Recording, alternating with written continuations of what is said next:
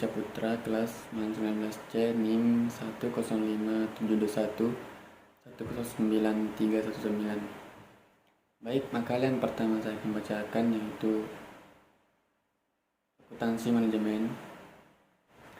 Akuntansi manajemen terus berubah dan menyesuaikan dengan perubahan-perubahan dalam sektor manufaktur dan jasa di dunia bisnis saat ini.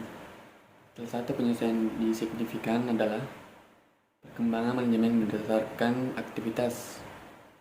Pengaruh model manajemen berdasarkan aktivitas atas akuntansi manajemen sangatlah besar, yaitu menyebarkan penerimaan dan praktik konsep-konsep aktivitas berdasarkan konsep-konsep metode berdasarkan aktivitas dalam kerangka yang terintegrasi dan komprehensif.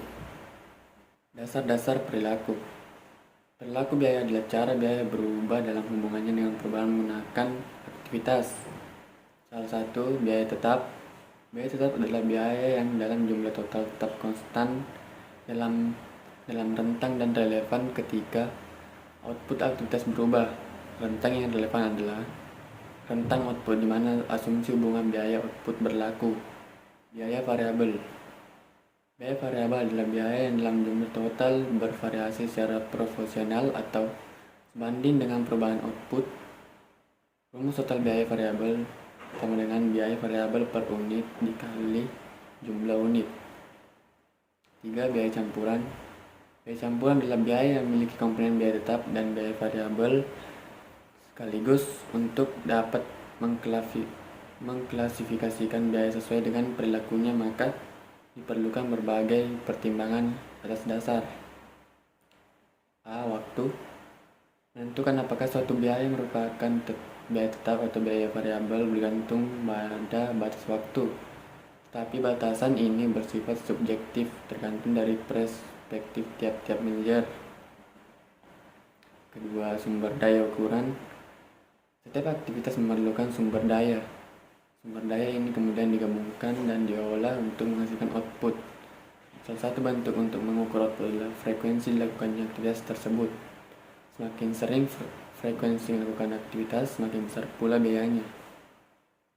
Istilah lain untuk pengukuran output adalah pergerakan. Untuk dapat memahami perilaku biaya perlu menentukan aktivitas yang dilakukan dan pergerakan yang terkait yang berfungsi sebagai pengukur kapasitas atau pergerakan aktivitas.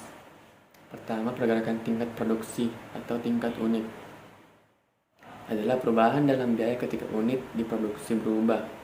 Contohnya, biaya pemakai bahan baku. Kedua, pergerakan tingkat non-unit adalah perubahan dalam biaya ketika faktor lain selain unit berubah. Contoh, biaya penyusutan mesin. Makalah kedua yang akan saya jelaskan yaitu sistem perhitungan tradisional costing. Pengertian tradisional costing: semua perusahaan yang bergerak di bidang manufaktur maupun jasa memerlukan suatu sistem akuntansi biaya yang tepat dan sesuai kondisi perusahaan. Sistem tersebut dirancang untuk memberikan informasi biaya kepada manajemen yang berguna bagi perbuatan perencanaan, penyusunan dan pengendalian biaya serta perhitungan biaya produksi. Sistem biaya tradisional menurut Bastian dan Nurlela 2009-2003 adalah di mana biaya bahan baku langsung, biaya tenaga kerja langsung, biaya overhead dan biaya overhead pabrik baik yang bersifat variabel maupun tetap menjadi biaya produk. Sistem biaya tradisional mengonsumsikan produk-produk dan volume produksi yang terkait merupakan penyebab timbulnya biaya. Dengan kata lain, sistem biaya tradisional membuat produk individual menjadi fokus dari sistem biaya. Sistem akuntansi biaya tradisional mengklasifikasikan biaya atas biaya langsung dan biaya tidak langsung. Untuk pembebanan biaya menggunakan ukuran volume produksi, jam kerja langsung atau jam mesin. Sedangkan pengalokasian biaya overhead pabrik ke produk dilakukan sistem pembebanan dua tahap.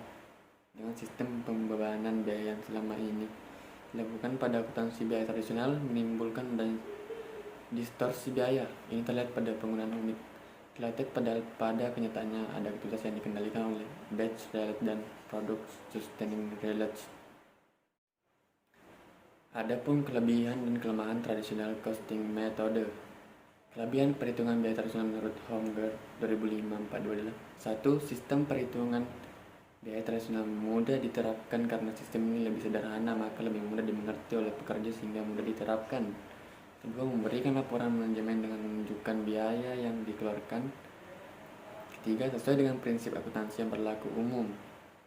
Dari kelemahan sistem biaya tradisional menurut Carter dan Osri 2006 513-515 adalah sebagai berikut. Oleh karena sistem akuntansi biaya tradisional didesain untuk perusahaan manufaktur, perusahaan jasa, dan lain tidak dapat memanfaatkan akuntansi biaya untuk merencanakan dan mengimplementasikan program pengurangan biaya dan perhitungan objek cost secara akurat. Kedua, oleh karena fokus biaya tradisional hanya pada biaya produksi, biaya-biaya di luar produksi seperti biaya pemasaran, biaya administrasi dan umum yang mulai signifikan jumlahnya tidak mendapatkan perhatian yang memadai dari manajemen. 3. Oleh karena akuntansi biaya tradisional pada penyediaan informasi biaya bagi pihak luar perusahaan, manajemen tidak memperoleh informasi biaya untuk mengolah perusahaan dan informasi tentang biaya produk yang akurat. Yang keempat, oleh karena pengendalian biaya melalui sistem biaya standar hanya fokuskan terhadap biaya produksi, lebih spesifikasi lagi terhadap biaya bahan baku dan biaya tenaga kerja langsung. Kelima, pengaitan biaya dan responsive manajer dan pembandingan biaya sesungguhnya dengan biaya yang dianggarkan per pusat, pertanggungjawaban serta analisis terhadap penyimpanan biaya yang terjadi didapatkan menunjukkan penyebab terjadinya penyimpangan biaya yang terjadi.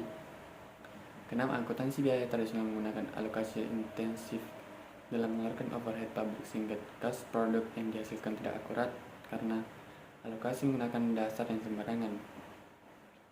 Ketujuh, dalam lingkungan bisnis di dalamnya customer dominan, biaya-biaya yang menjadi pilihan customer menjadi meningkat sehingga seperti biaya setup mesin karena semakin pemilihnya sifat customer. Baik, mungkin itu saja yang bisa saya jelaskan. Mohon maaf jika ada kekurangan. Wassalamualaikum warahmatullahi wabarakatuh.